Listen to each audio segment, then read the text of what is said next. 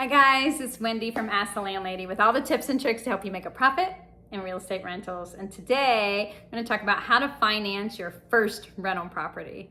We're going to talk loans, we're going to talk down payments, and we're going to talk hidden costs. Nobody likes those. So the way you finance a rental property is different from financing the home you live in. And if nobody told you that, then today's video could save you a very expensive surprise at that closing table. So let's get into it. Owner occupied versus investment property financing.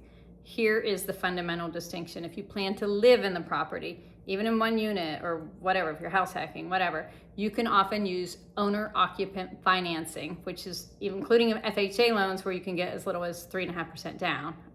If you're buying a pure investment property that you will not occupy, lenders consider it a higher risk. So they're gonna make you do a higher down payment, typically 20%, higher interest rates, and stricter qualification standards. So plan on this from the start. You know, they're going to want to see that you have another income. They're going to make you jump through more hurdles on that. But if you're going to house hack, you're buying that duplex, you're like, I'm going to live in half and you're going to qualify for some of those better things.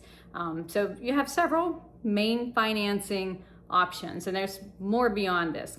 Get my book, Lessons from the Landlady. I'll tell you about seller financing and partnerships and all sorts of other things. But for simplicity's sake, for the first time rental property owner, we're just going to talk the main categories. First one, of course, is just a conventional investment loan.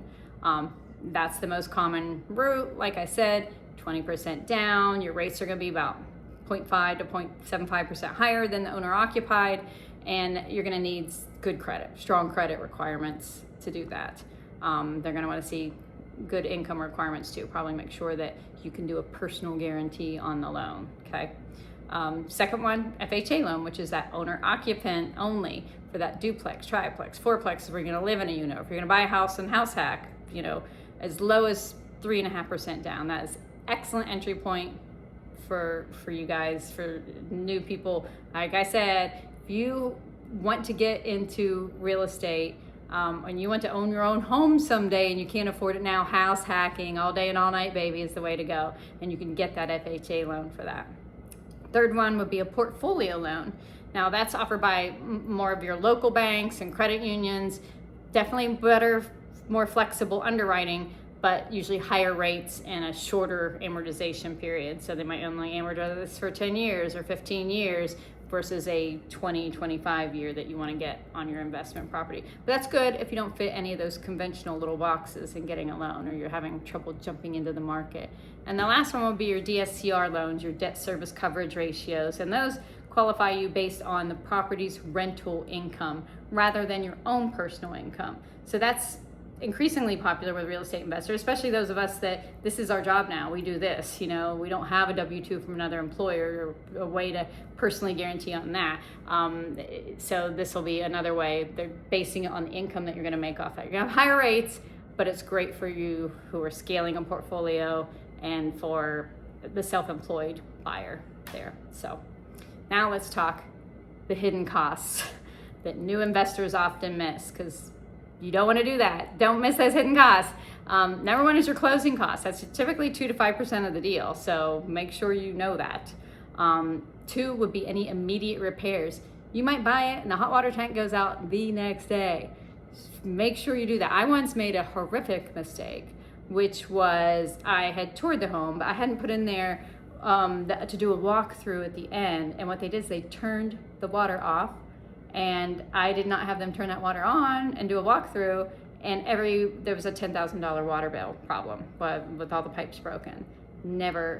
Luckily it was a cheap deal, but believe me, I didn't do that again. And on another time when I said, no, I need a walkthrough, and they had turned the power off and then quickly scrambled and turned it on before I ran my walkthrough, then by golly, there was it was January, people in Ohio, there was a broken frozen pipe, and we said, well, deal's off, until we went back and forth, and then we said, okay, knowing we could fix it for about $1,500, we got them to knock the price down by $5,000. So make sure you do those walkthroughs at the very end, and you account for any immediate repairs and any updates before tenants come in.